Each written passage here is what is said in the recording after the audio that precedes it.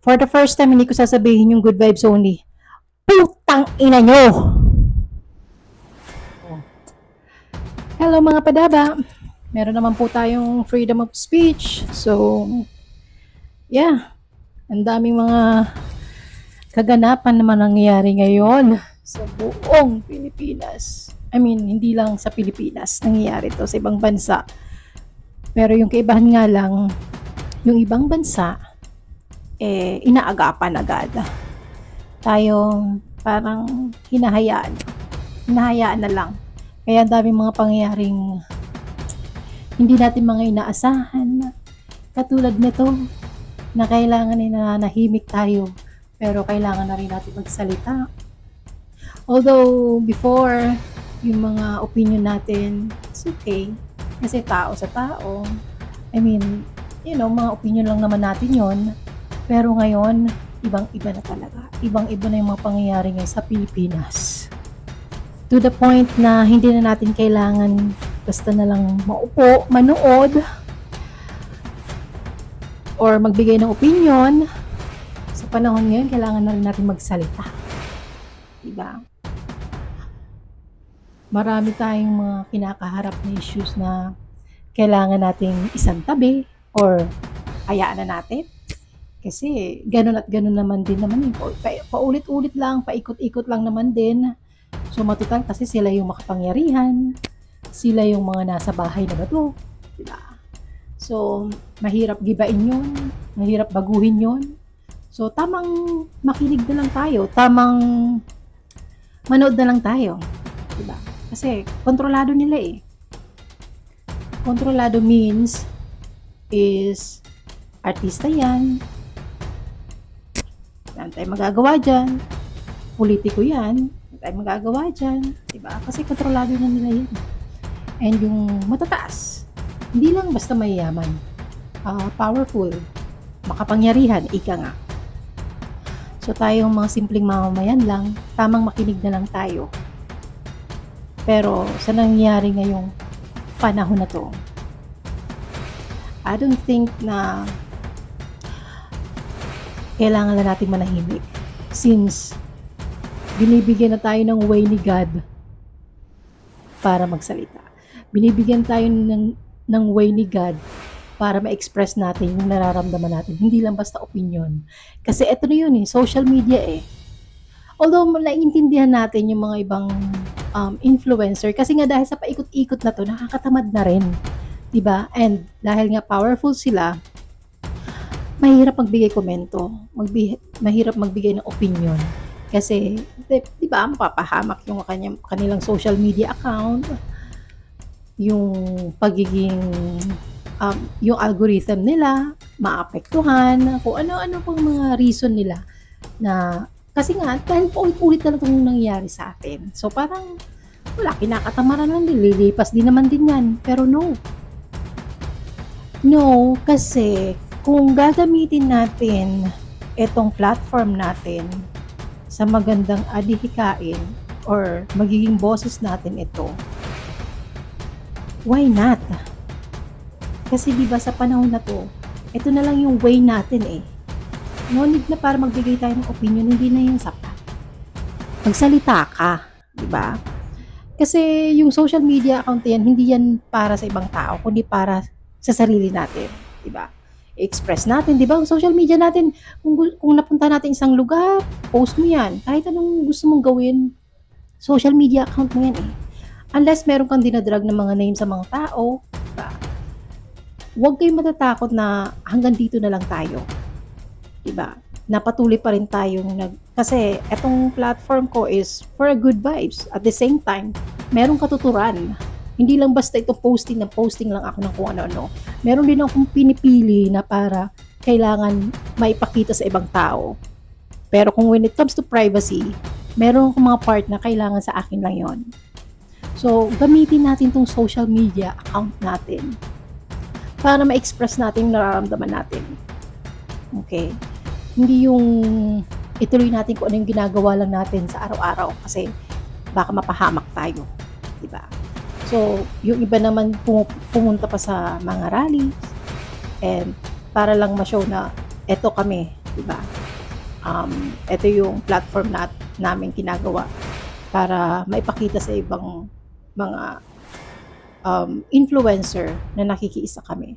Meron din mga influencer na nagpo-post na lang kasi yun yung participation nila.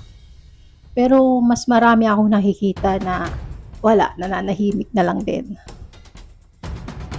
Na yung iba dinadaan na lang sa mga pa-joke-joke na lang yung mga posting nila kasi nga, di ba, paulit-ulit na lang kasi.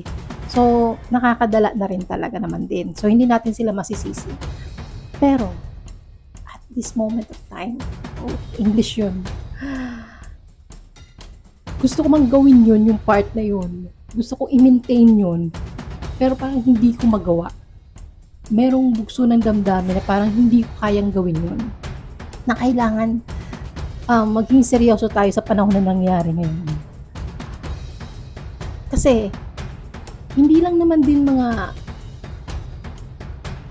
as a negosyante, as a mom, as a single parent, hindi lang basta pagiging influencer, social media, active. Yung pinaglalaban natin dito,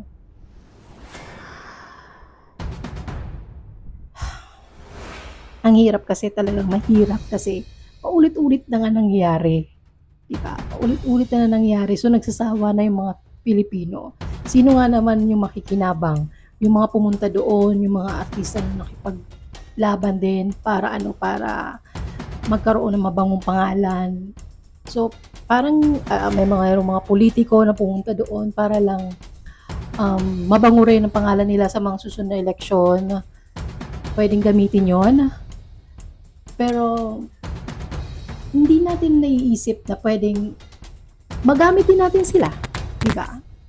Kasi matatalino na rin kasi yung mga Pilipino ngayon, especially yung mga katulad dati, mga simpleng tao lang.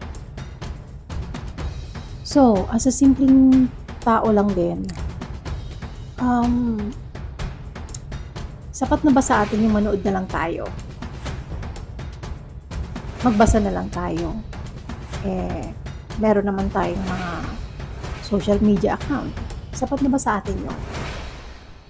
Sapat na rin ba sa ating kutyain kung sino man yung mga taong nagsipagpunta sa rally na yon?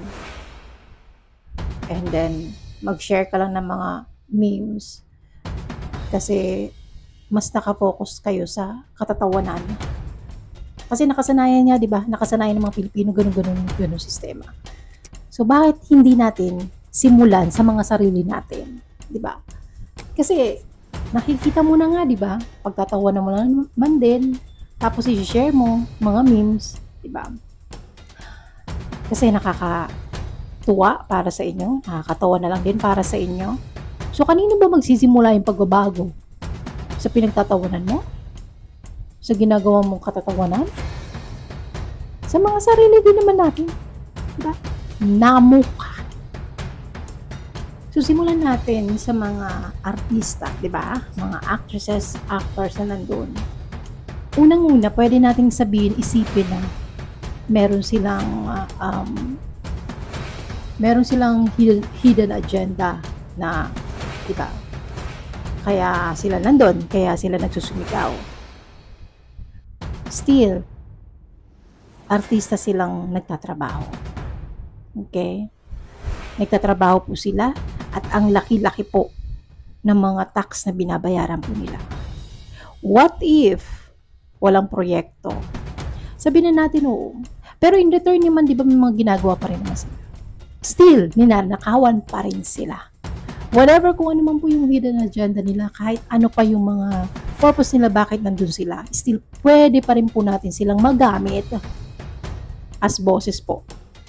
As magiging boses po natin. Okay? Magiging boses natin para kung ano man po yung nasa loob natin, nasa puso po natin, kaya nilang mailabas. When it comes to paying po ng mga taxes, iisipin na nga, ako nga hindi ako nagreklamo kasi tamang Facebook na lang din ako, di ba? So, tamang basa-basa lang din kasi taxpayers ako eh. Nagbabayad din naman din ako eh. Diba? Bumibili ako ng mga ano. Magkaiba po yun. Magkaiba po yung may ambag po kayo doon as a consumer. As a consumer din po. Bumibili po ako. Nandun po yung tax natin binabayaran natin sa mga pinamilihan natin. And that's it. Stop na po tayo doon. So, isipin nyo na lang ha. Facebook. Kasi ako nga, hindi ako sila. Parang ano, nanakawan din naman nila. Totoo yun. Nanakawan ka rin naman din. Kasi nga consumer ka. Pero yung galit na nakikita mo doon is hindi pwedeng maging kapantay ng galit mo as a consumer. Kasi nagtatrabaho po sila. Nagtatrabaho po kami. Mas doble po yung binabayaran, triple pa. So, pataas ng pataas din po yun. So, ibig sabihin mga good taxpayers po sila. Kaya, nagsusumiksik yung galit po nila. Dahil ang laki-laki po ng mga pinapatang po ng mga taxes percentage po na kailangan nilang bayaran. So, ganun din po kami. Ganun din po ako. So, magkaiba po yun yan eh. Kaya yung mga nakikita ko mga pinapost na ako din, ganito, ganyan. Ayokong gamitin yung lang, pero namuka. Consumer. Ka po. So, yes, nagbabayad ka po ng tax. Pero sila po, good taxpayers. Sila po yung malaking nag-aambag. Next. Hopefully madadaanan din nito yung mga taong nasa isip is ganyan lang din naman din po, di ba? Eh, yung mga empleyado, di ba? Good taxpayers din siya dahil din sa mga big companies. Mga big companies na hinahawakan sila na ito yung depende sa mga big companies, di ba? Ito yung ikakaltas sa'yo. So, it means nandun pa rin yun sa hawak pa rin sila ng kumpanya. Depende yun, di ba? So, as a consumer din po sila. Pero, still, taxpayer pa rin po, di ba? Then next, yung pinaka-big,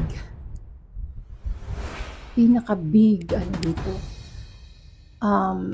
ambag, malaking ambag, mga OFWs, di ba? OFWs, hindi lang naman taxes doon sa ibang bansa, pinamili nila, binabayaran nila. Then dito kapag nagbabakasyon din sila, yung mga pinamili nila, hindi lang din naman din yun. Di ba? Hindi rin din yung mga employer nila basta lang magkakata sila, meron pa sila mga iba't ibang mga babayarin. Taxes pa rin po yun. Good taxpayers pa rin po yun. So, hindi lang sila basta consumer. At kung pag-usapan natin lahat ng mga naapektuhan, lahat naman po apektado. Yung big company, kaya maka-shoulder niyan, kaya makapag-provide agad-agad. Yung mga, sabihin na natin, nandun na tayo sa pinakamababang antas ng hanap buhay or yung mga simpleng tambay, di ba? Mga bumibili pa rin yan, consumer pa rin, makakagawa pa rin ng paraan yan.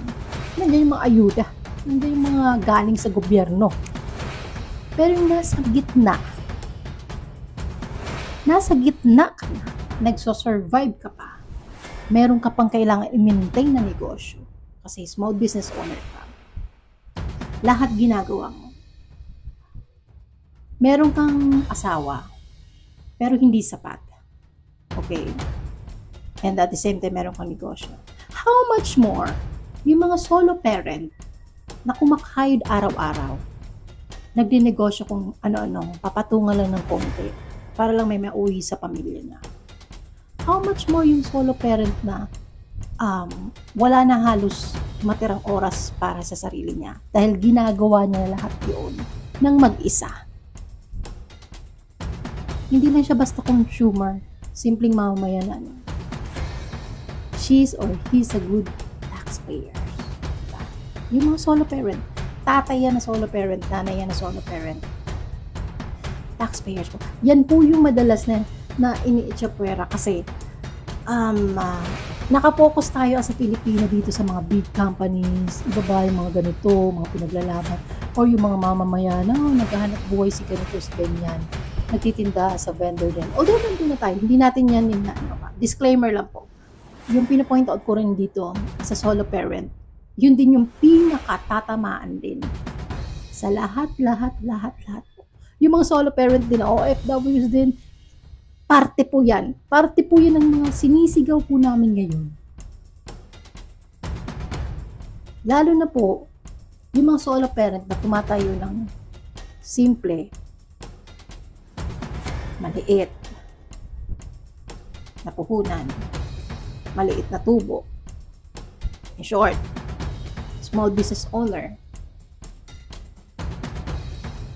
At the same time, gumagawa pa ng ibang way para pagkakitaan.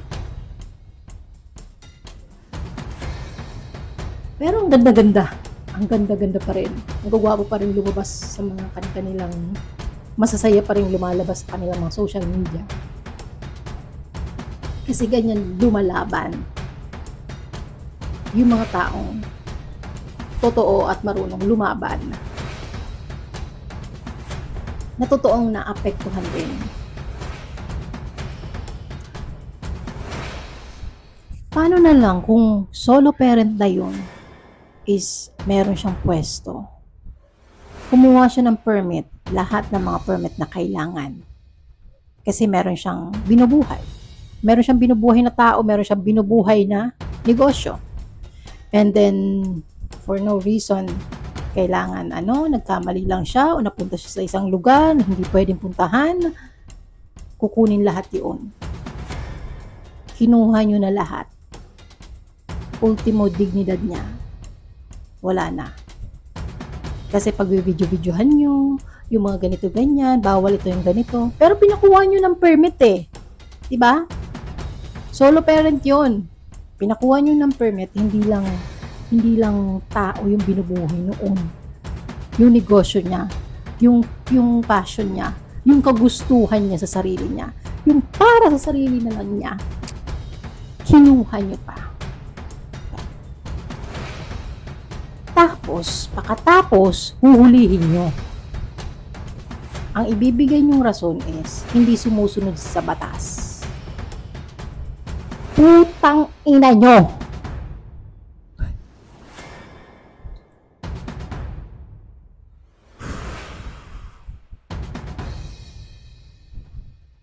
Isang solo parent po yun. Tatay. 3 yung anak. 3 or 4.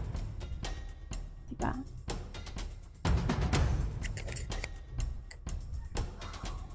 As much as possible, tama na, enough na sa akin yung nag-share ako doon sa aking public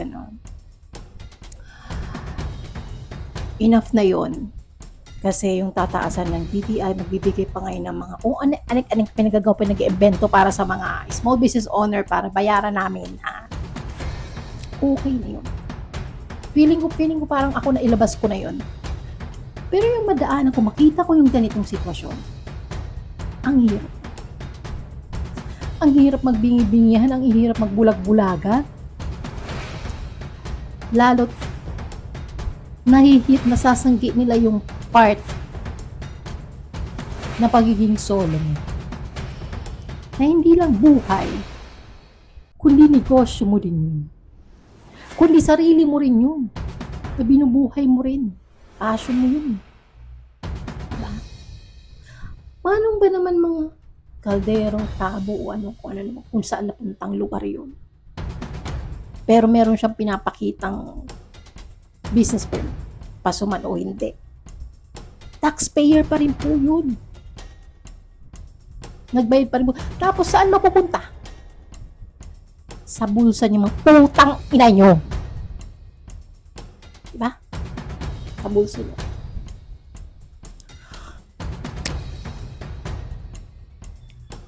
Alam niyo, hindi lang naman din yung mga nasa taas yung may mga problema dito. Yung mga nasa baba din, yung mga sumusunod lang din naman din sa batas. Na kung maaari lang naman din pwede naman natin mabend yun Diba? Gamitan lang natin ng hindi lang basta utak eh. Puso naman din. Namo ka. Diba? So, bakit? Bakit kaya may mga ganitong klase ng tao?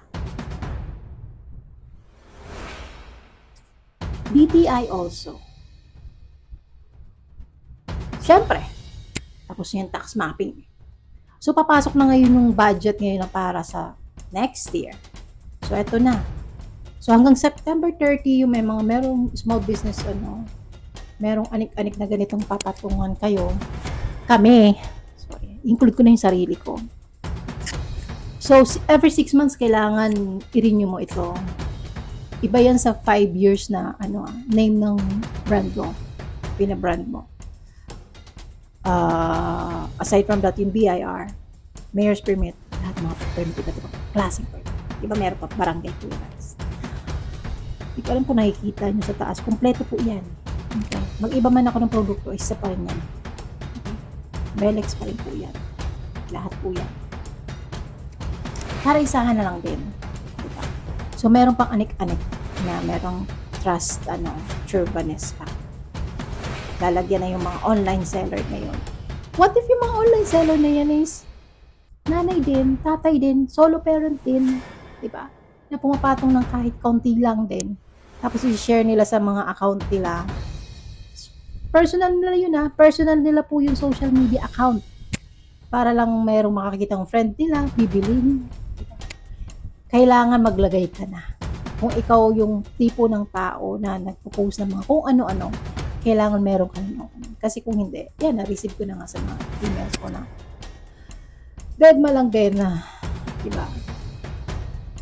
Sabihin na natin 1K plus. So, kahit i-google nyo po yan. Pero hindi yan legit na. Yan talaga yun. Iba-iba po. Merong mga kumukuha dito ng mga barangay permit na hindi ka na magdidrop, baka nakafollow siya. Hindi naman totally, complete yung papers nila. Kasi, barangay lang naman din eh. Pero kung dahil susunod tayo, legally, kumita o hindi, magbukas o hindi, at least, diba, safe pa yung name ko. Okay. Magkakaiba-iba pa yan. Meron lahat mga permit na yan. Mapabarangay yan, kuha ka ng pa sa barangay mo. Or kung sa city ka naman, kukuha ka pa rin sa barangay doon. Diba? BIR, mayor's permit, lahat po yan. Check. So, kung i-stop niyo po yan, kung isa po yan yung mga solo parent po, maliliit lang po yung tubo nila. Diba? What if i-go nila? Kasi, sige na, kasi lang naman din, 1 plus lang naman din every month Yan yung i-google nyo, titingnan nyo, pero hindi po yan yung exact na po yan. Pag in-stop po nila yan, kanina lang po pupunta. Tumutubo po yun na tumutubo. Tapos mag-i-start po ulit sila kahit magpalit silang pangalan, real name po pa rin po yung gagamitin nila. Sino po may kakinabang? Diba? Kanino mapupunta yun? Kasi tapos na tapos gusto lang nilang i-renew ulit or baguhin ulit yung name nila. Sa tingin mo yung penalty nilang kanino mapupunta? So iipunin to ngayon kasi magiging budget po yan for next year sa mga nagbabayad po, sa mga good taxpayers po. Diba? Woo! Salute sa mga good taxpayers po. And Lord patawad. Diba? So kanino mapupunta naman po ulit yun para po sa budget po ng bahay na pa to. So kaya, naiintindihan ko at hindi ko rin po naiintindihan din at the same time, yung mga taong nasa tamang level lang din, diba na, hayaan mo na yan, ganyan lang man din yan. Sa suma total, natural. Kapag hindi ka magsalita din, diba, hindi ka magboses din, kanino ba magsisimula ng unang pagbabago? Hindi sa sarili natin. Kung nakasanayan natin laging nakaputi, lahat na ng okasyon nakaputi, walang pagbabago. Pangit mo pa rin. Kasi puti lang din ang suot mo. At tama lang yun sa ganitong okasyon. Baguhin mo naman din. Diba? Isang halimbawa lamang po yun. Hindi ko tinutukoy yung mga kulay-kulay na yan about regarding sa mga politician or mga politician na tumatakbo or yung mga taong Nasa bahay na ba to? Hindi po yon. Isang halimbawa ko lamang po yung kanino po magbabago. Di ba sa mga sarili din po natin, magsisimula po tayo sa sarili po natin, hindi po sa ibang tao. Di ba? So, mga palaba, wala po akong pakialam. Sa word na wala akong pakialam, kung ano man po yung opinion or kung ano man pong agenda ang pinunta po ng mga ibang realista po doon. Yung pakialam ko po is yung sa loobin ko, yung pansarili ko pong nakikita at opinion ko po. Opinion ko, hindi lang basta opinion ko, boses ko po. Kasi, pinapatahimik na po tayo ng sitwasyon. Nakakapagod. Kailan naman mapagod? Okay lang po mapagod.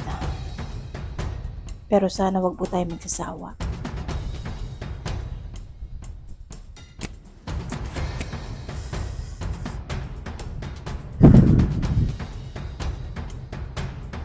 Okay lang naman din na maging mabait.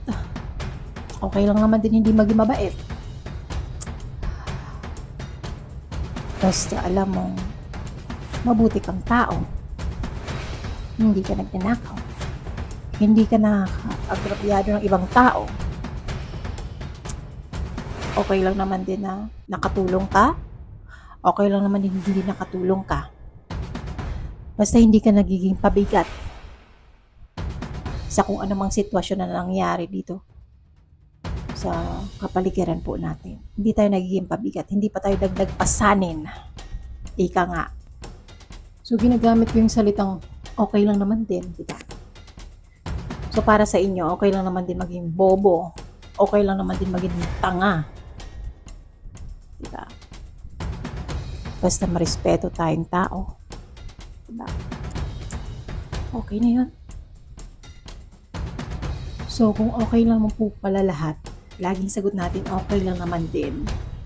So, okay lang po ba na manawagan, na baguhin na po, simula from the top hanggang sa kinaliit-liitan po. Baguhin na po natin.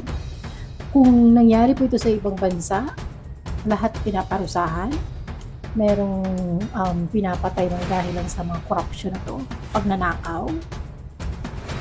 Hindi man natin gawin yun dito, at least gawin natin simula po sa pinaka-ugat hanggang sa pinaka-duluduluhang maliliit na ugat. O yung tumutubo pala, putulin na po natin. Kasi hindi na okay.